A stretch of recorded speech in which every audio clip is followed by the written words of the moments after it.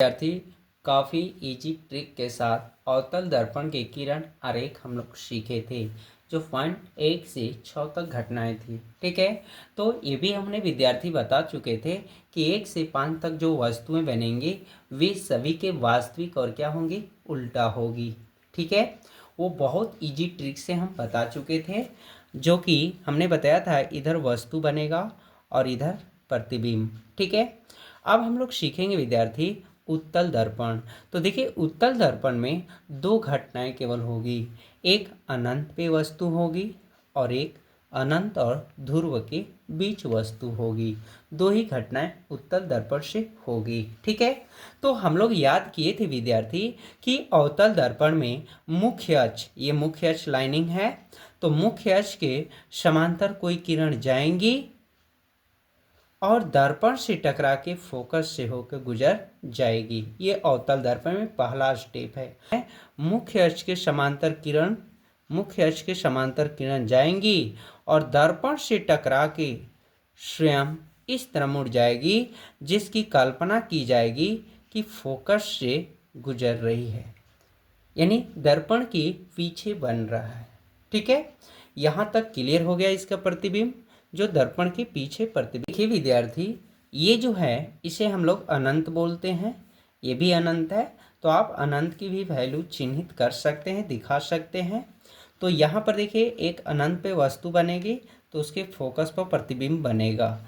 एक अनंत और ध्रुव के बीच वस्तु रहेगी तो उसका प्रतिबिंब फोकस और ध्रुव के बीच बनेगा। ये ध्रुव चिन्ह है और ये फोकस, इनके बीच बनेगा। ठीक है, यहाँ तक क्लियर हो गए। चलिए नेक्स्ट सीखते हैं। तो विद्यार्थी यहाँ पे कह रहा है कि जब वस्तु अनंत पर हो। देखिए, वस्तु अनंत पर रहेगा, अनंत का मतलब कोई ठिकाना नहीं है कि कहाँ वस्तु हैं। तो हम लोग पढ़े विद्यार्थी कि इसे हम लोग प्रधान अक्ष या मुख्य अक्ष कहते हैं। तो मुख्य अक्ष के कोई भी प्रकाश किरण आएंगी और दर्पण से टकराकर स्वयं इस तरह मुड़ जाएगी। ठीक है, तो आप स्केल का यूज करना, और इस तरह हम लिख कर रहे हैं ताकि वीडियो लॉन्ग ना हो, है ना। तो देखिए, यहाँ वस्तु नहीं दिखाएंगे क्योंकि यह अनंत तक प्रकाश किरण आई है, कहाँ वस्तु है कोई ठीक नहीं है। ठीक है, तो यहाँ पे प्रकाश किरण आई और दर्पण से टकरा के ऐसे निकल गई, जिसकी कल्पना की जा रही है कि फोकस से गुजरी है। ठीक है, यहाँ तक क्लियर हो गया। उसी तरह यहाँ विद्यार्थी मुख्य अक्ष के समांतर किरण आएंगी अनंत से और दर्पण से टकराकर इस तरह मुड़ जाएगी। यहाँ तक क्लियर हो गया विद्यार्थी, और इसकी कल्पना की जाएगी जो फोकस से होके गुजरी है।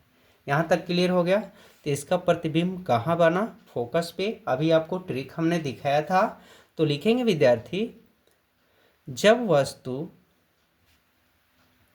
फर्स्ट लिखेंगे अनंत पर है तो उसका प्रतिबिंब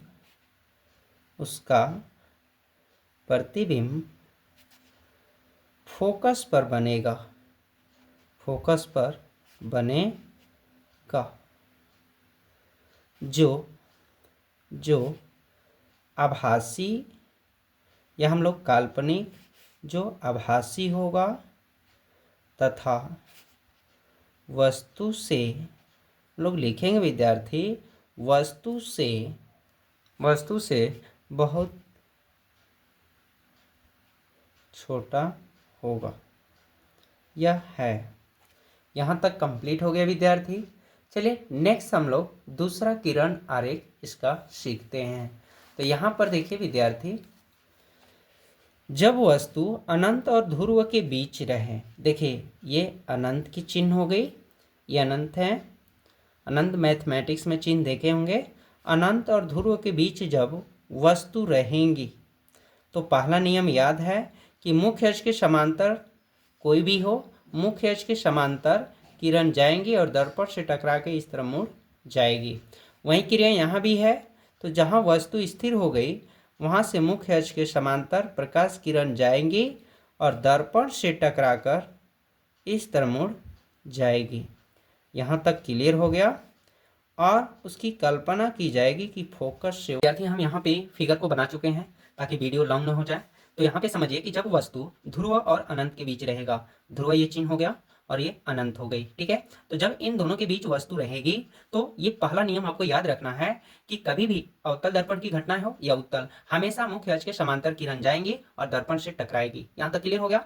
तो उत्तल दर्पण में है मुख्य अक्ष के समांतर किरण जाएंगी और दर्पण से टकरा के इस तरह मुड़ जाएगी। ये उत्तल दर्पण की वैल्यू है और इसकी कल्पना की जा रही है जो फोकस से ही गुजरी है, ठीक है।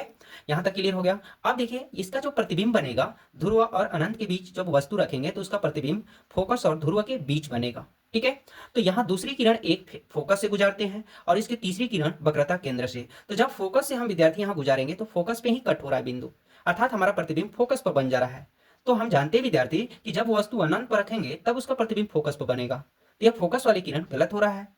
अब हम वक्रता केंद्र से किरण को गुजारेंगे। तो देखिए विद्यार्थी जब वक्रता केंद्र से किरण गुजार रहे हैं तो यह प्रतिबिंब जो हमारा कट हो रहा है ध्रुव और फोकस के बीच हो रहा है। और यहाँ पे हम लोग लिख लेंगे विद्यार्थी कि जब वस्तु ध्रुव और अनंत के बीच रहे तो उसका प्रतिबिंब ध्रुव और फोकस के बीच बनेगा, क्योंकि ट्रिक के द्वारा भी हम समझा चुके विद्यार्थी। और लिखेंगे और फोकस के बीच बनेगा जो आभासी या काल्पनिक होगा तथा वस्तु से क्या होगा, छोटा होगा।